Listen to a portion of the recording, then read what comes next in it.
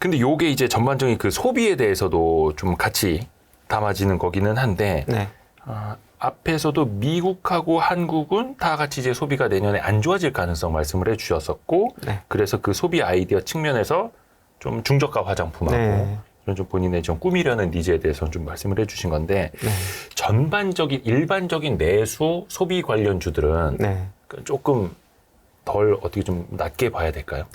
기대감을? 최근에 이제 3분기 때 실적을 보면은 백화점 소비도 좀 기대보다 좀 못했어요. 그래서 이제 전반적인 고가 라인에 대한 소비가 확실히 조금 부담을 느끼고 있지 않나 싶고요. 그리고 면세도 별로 기대보다 좀 못했거든요. 그렇죠.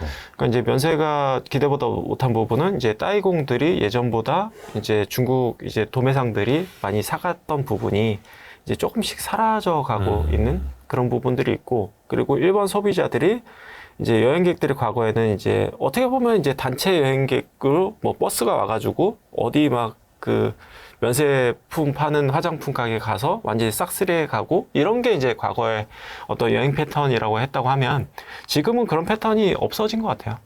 그냥 다 뭐 이제 그 경험을 하는 부분, 그러니까 경험 소비가 좀 증가한 부분이 있고, 실질적으로 화장품이라든지 이런 데에 대한 소비는 많이 줄었고, 그거는 이제 중국인 관광객뿐만 아니라 우리나라 여행객도 마찬가지인 것 같거든요. 그래서 이런 소비 형태의 변화라든지 이런 것들을 감안했을 때는 소비주를 사기에는 좀 부담이 좀 큰 것 같다 라고 생각되는 부분이 있고, 일반적인 그냥 소비. 네. 예. 그리고 이제 또 한 가지 약간 걱정되는 부분은, 저는 자동차도 약간 걱정이 되는 것 같아요. 자동차도요?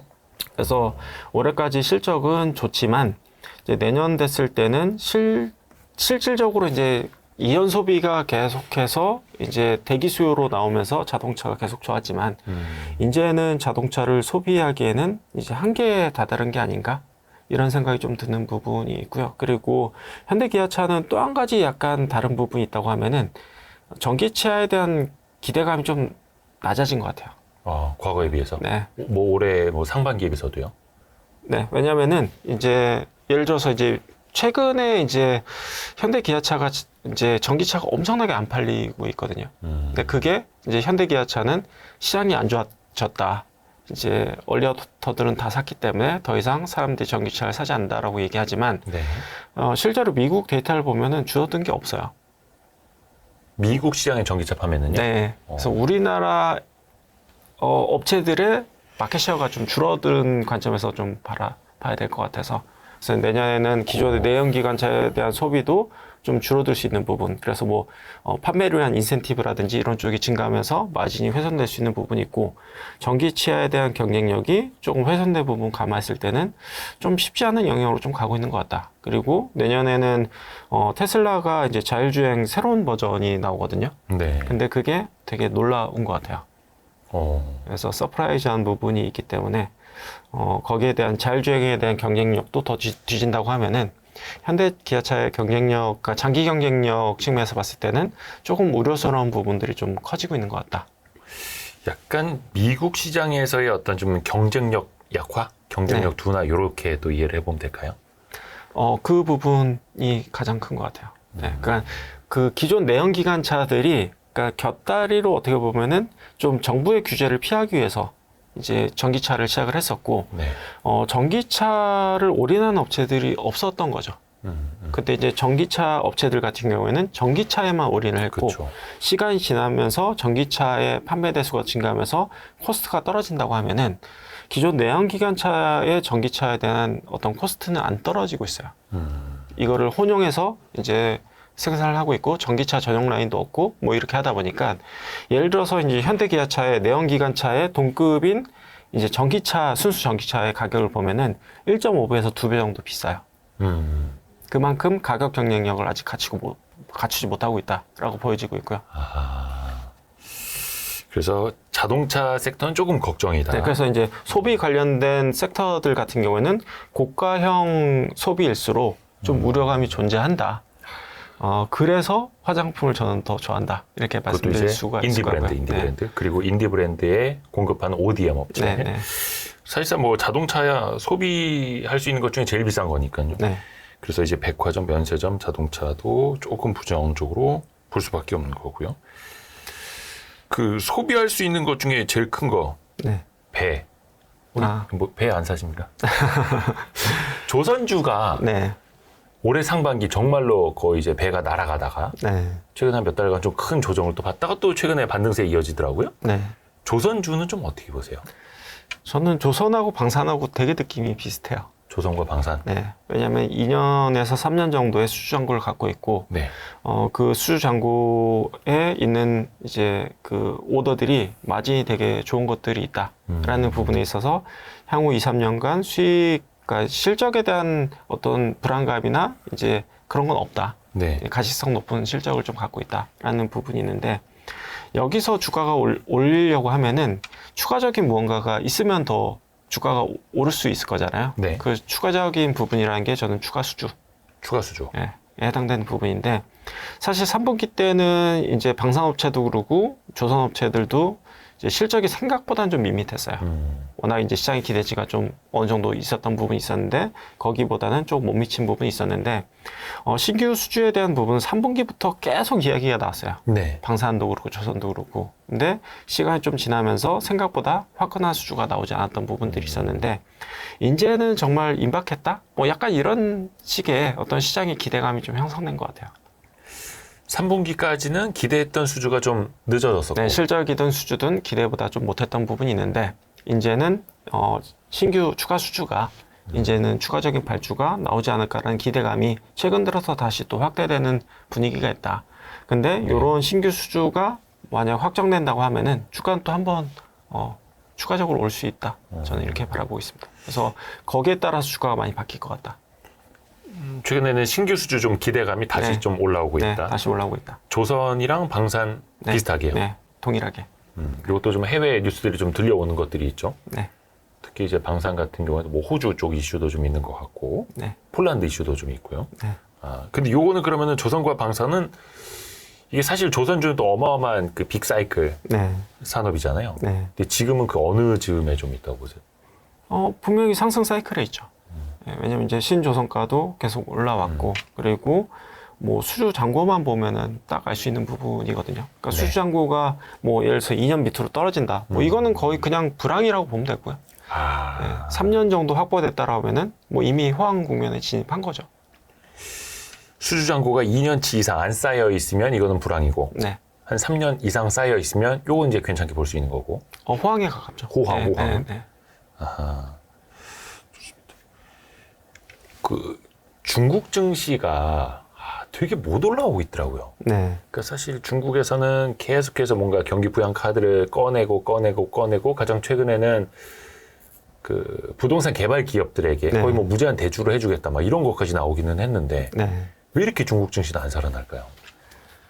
중국은 이제 구조적인 공급 과잉에 좀 직면한 것 같아요. 여전히 구조적인 공급 과잉. 뭐 집담한 아파트들도 많고 공급이 너무 많았었기 때문에 그걸 소화하거나 이제 그 해소해 나가기 위해서는 시간이 필요하고요. 그래서 지금 여전히 그걸 해소하기에는 좀 상당 기간의 시간은 더 필요하지 않나라고 보여지는 부분이 있고요. 그리고 중국이 뭔가 경기가 좋다라고 느껴지기 위해서는 결국엔 이제 수출이 증가해야 되는데, 글로벌 수출 시장에서 사실 가장 큰 비중을 차지한 게 미국이잖아요. 네. 그 이제 미국, 유럽, 아시아 이렇게 봤을 때는 가장 큰 틀 중에 하나인 미국에 대한 수출이 어느 정도 지금 원활치 않다라는 부분이, 그러니까 중국 경제를 조금 부스팅 시키기에는 한계가 있을 수밖에 없는. 그래서 내부적으로는 공급 과잉, 그리고 외부적으로 봤을 때는 이제 수출에 대한 어떤 한계점에 봉착한 부분이 있기 때문에 중국 경제가 이제 호황으로 돌아서기엔 좀 어려운 부분이 존재한다라고 보이는데,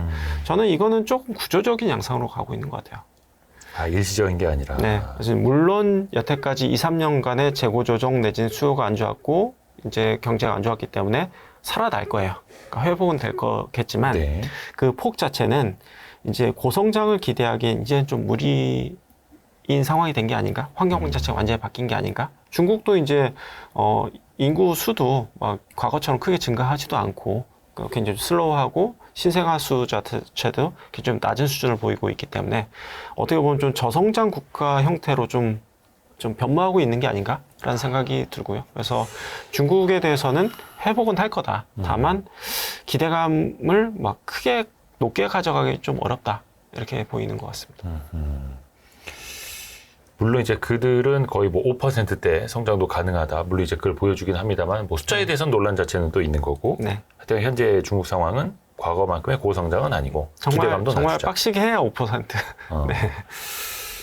그 우리가 항상 그 중국 쪽 경기가 살아나야 우리의 수출도 좋아지고 막 이런 네. 기대감이 있지 않습니까? 네. 거의 과거에는 뭐 수출의 한 30% 가까이가 중국 네. 쪽으로 나갔기 때문에 그래서 우리가 항상 중국 쪽 언제 좋아지나 그래서 화학주 이런 거 언제 회복되나 막 네. 이런 식의 로직으로 가지 않았습니까? 네네. 그런 좀 기대할 포인트는 없는 거예요? 근데 아까 뭐 말씀드렸던 부분 이어서 한 가지 더 말씀드리면은, 네. 그러니까 미국이 내년에 뭐 정권이 바뀌든 안 바뀌든 뭐 그걸 떠나서 네. 중국 견제는 큰 틀에서는 일부 화해는 있을 거예요. 왜냐하면은 어찌됐든 인플레를 좀 잡아야 되고 네. 뭐 언제까지 이렇게 긴장 상태로 가서 좋을 건 없는 부분이 있고 네. 정치적으로도 뭔가 화해했다 뭐 이런 것들을 이제 치적으로 삼고 뭐 이럴 수 있는 부분이 있기 때문에 겉으로 봤을 때는 좀 화해 모드 내지는 지금보다는 개선이 나타날 수 있지만 장기적인 그림에서 봤을 때 미국은 중국을 견제해야 되는 부분이 있기 때문에 네. 이거를 100% 풀어주진 않을 거다. 그렇기 때문에 중국이 성장한다고 해도 분명히 한계점은 존재할 것 같다라는 부분 이제 우선적으로 말씀을 다시 드리고요. 네. 그리고 이제 화학주 말씀을 주셨는데 화학이 어떻게 보면은 중국 경기와 가장 밀접하고 가장 빠르게 이제 반영될 수 있는 부분이 있는데 한 가지 우려 사항은 저는 존재한다고 봐요. 예. 그게 뭐냐면은 중동의 플랜트 이제 투자 확대. 인 것 같거든요. 그래서 이제 우리나라가 석유화학 제품을 만드는 프로세스가 결국에는 중동에서 오일을 이제 채취해서 네. 그걸 배를 타고 우리나라에 가져와서 정유업체들이 1차적으로 가공을 하죠. 가공을 해서 석유 휘발유를 만들고 이거를 이제 석유화학 업체한테 보내면은 석유화학 업체가 2차 가공을 해서 이제 석유화학 제품을 만드는 구조라고 네. 보면 되는데 근데 이제 중동에서는 이거를 뭐 좀 더 원유를 파는 게 아니라 부가가치를 높여서 파는 게 좋지 않겠느냐라는 생각이 드는 거죠. 그러다 보니까 이제 원스톱으로 해결될 수 있는 중동에서 원유 채취해서 바로 정제하고 석유화학 제품까지 만들어버리는 뭐 이런 쪽의 투자가 증가하고 있기 때문에 결국에는 단기적으로 봤을 때는 뭐 중국에서 이제 소비가 워낙 바닥 수준이다 보니까 회복은 될 거다. 하지만 좀 더 중장기적인 관점에서 봤을 때는 결국에는 중동 쪽에서 플랜트가 좀 더 증가한다고 보면은 우리나라 업체들의 석화 업체들의 이제 경쟁력은 조금씩 둔화 국면으로 가고 있는 게 아닌가? 조금 장기적인 그림에서의 어떤 생존 전략 이런 것들이 좀 필요하지 않을까라는 고민은 좀 드는 것 같아가지고요. 단기적으로 이제 중국이 회복된다고 해서 투자를 하기보다는 그 중장기적인 그림을 좀 그려져야지 좀 마음 편하게 투자할 수 있지 않을까 싶고요. 그리고 제가 이제 IT를 계속 말씀드렸는데, 네. 저는 이제 중국 소비 회복에 이제 투자할 수 있는, 그리고 좀 편하게 이제 가져갈 수 있는 종목이 저는 IT라고 생각을 해요. 그러니까 네, 과거와 화학이 같은 아니라. 로직이 아니라. 네. 그래서 이제 중국 경기 회복, 화학 뭐 이게 아니라 오히려 그냥 IT로 가져가는 게 맞다. 왜냐면은 이제 최근에 이제 주가가 좋거나 이제 수요가 좋았던 거는 사실 AI 반도체 관련된 주식밖에는 없었어요. 네. HBM 관련된 주식들. 근데 이제 아까도 잠깐 언급드렸지만 중국에서 이제 스마트폰 이제 소비가 이제 바닥을 찍고 회복되는 그림으로 나타나고 있다라는 부분 감안했을 때는 기존의 뭐 레거시 업체들, 뭐 기존의 이제 전통적인 D램을 만들고 있는 거기 밸류체인에 있는 업체들 가동률 낮춰서 이제 피해를 받쳤던 업체들이 결국에는 이제 삼성전자나 하이닉스의 가동률이 좀 상승하면서 같이 좋아질 수 있는 회사들. 그래서 최근 1, 2년간 IT 업체 중에서 이제 실적이 가장 안 좋았던 업체들이 어떻게 보면 또 향후 미래를 봤을 때는 또 가장 개선의 여력이 있는 업체들 이렇게 판단할 수 있는 부분도 좀 존재하거든요. 그래서 과거와 같은 패러다임, 뭐 중국 경기가 회복되면은 이걸 사면 돼, 시클리컬 사면 돼 이게 아니라 차라리 기존의 이제 수요가 좀 공급 감소로 인해서 조금 수급 조절을 해가지고 좀 안 좋아졌던 업체들, IT 업체가 있다고 하면은 전반적으로 좀 좋아질 수 있는 부분이 존재하니까 차라리 그냥 IT로 가져가는 게 마음 편하다. 저는 이렇게 바라보고 있습니다. IT라고 하면 이제 핵심은 반도체고. 네, 반도체 플러스 이제 휴대폰 밸류 체인도 볼만하다. 휴대폰 밸류 체인이요? 어느 쪽일까요? 결국엔 이제 기존의 이제 전통적인 D램과 관련된 네네. 이제 밸류체인에 있는 업체들이 될 수가 있겠죠. 그렇죠. 그래서 지금까지는 이제 HBM 관련된 이제 그 장비, 소재 업체들만 봤다고 하면은 기존의 이제 D램에 들어갔던 이제 석유화학 제품이라든지 아니면은 장비라든지 이런 쪽도 다 같이 좋아진다. 아, 그러니까 약간 이제는 레거시 D램, 네. 레거시 메모리라고 부르는 네. 전통적인 메모리 반도체 쪽도. 네. 아, 저는 그래서 휴대폰 쪽이라 그래가지고 휴대폰 부품인가. 네, 그래서. 왜냐면은 이게 국내 업체가 우리나라가 이제 중국에서 돈을 버는 게 반도체밖에 없어요. 이제 어떤 기술 격차나 이런 걸 봤을 때도. 스마트폰은 그냥 안 국내 스마트폰 회사들의 제품은 결국엔 삼성이긴 한데 중국에서 이제 아예 마켓쉐어가 의미가 없어졌어요. 그렇죠. 점유율이 네. 뭐. 예, 아예 그렇죠. 없어요. 그렇기 때문에 중국에서 스마트폰이 팔린다고 해서 국내 관련된 밸류체인들이 좋아진다. 사실 예를 들어서 뭐 케이스라든지 뭐 다른 뭐 마이크 뭐 어떤 뭐 PCB 이런 게 좋아지긴 하겠지만 뭐 옛날 얘기죠. 막 그렇게 크게 좋아질 그 아이디로 가져가기는 좀 힘들고요. 이제 전통적인 D램 수요가 회복된다. 뭐 그 관점에서 보면 될 것 같아요. 그러니까 AI 투자로 인한 HBM과 같은 그런 AI 반도체, 네. 그리고 레거시 메모리 쪽도 중국의 IT 수요가 올라오면 좀 수혜가 볼 수 있는. 네. 그래서 결국은 반도체. 네, 그냥 IT. 네. IT? 네, 그게 뭐 반도체가 네. 아니라 네. IT라고 하시는 이유가 혹시 있으신가요? 그게 뭐 이게 반도체뿐만 아니라 네. 다른 뭐 휴대폰 부품이나 이제 카메라라든지 어찌됐든 다 있기는 해요. 예, 근데 이제 그런 업체들도 다 포함해서 가져가는 게 맞는 것 같아서. 근데 그거는 조금 세계 시장을 같이 보면서. 네. 혹시 그 말씀하셨던 IT가 약간 뭐 미국 쪽에 들어가는 그런 부품들이 있어서 그런 말씀하신 건가요, 혹시? 그렇죠. 뭐 저희가 이제 예를 들어서 뭐 애플 관련된 밸류 체인이라든지 카메라 관련된 밸류 체인이라든지 이런 쪽도 다 가지고 있는 부분들이 있어가지고요. 네. 그거는 이제 애플 쪽을 보면서. 네, 애플 쪽으로 보는 것들도 있고요. 혹시 그거는 미국 쪽의 어떤 소비가 둔화되는 그런 이슈랑은 좀 영향이 좀 덜 하다고 보시는 거예요? 네, 적다라고 보고 있고요. 그리고 저희가 뭐 투자하고 있는 뭐 한 가지 예를 들면은 카메라 모듈 검사 장비 업체 같은 경우에는 올해 사상 최대 이익이 나왔어요. 그리고 내년에도 올해보다 더 잘 나올 걸로 보고 있거든요. 카메라 모듈 검사 장비 그 주식을 갖고 계셔서. 네. 네네. 이거는 뭔지 약간 감은 옵니다만. 네. 이것도 약간 이제 보유하고 있는 보유하고 있는 종목이어서. 종목이어서. 그래서 조금 이제 조심스럽고. 네. 이제 격월 이건규는 이제 2024년 2월에 뵙겠네요. 네. 예, 그때까지 이제 텀이 깁니다. 거의 FOMC 텀보다 깁니다. FOMC 6주라도 한 번씩 이제 열죠. 거의 이제 저희 6주로 할까요? 6주 좋네. 반격월 막. 근데 이제 격월에 나와야지 좀 얘기할 것도 많고 좀 그런 그래서 것 너무 같은데. 또 자주 나오시면은 네.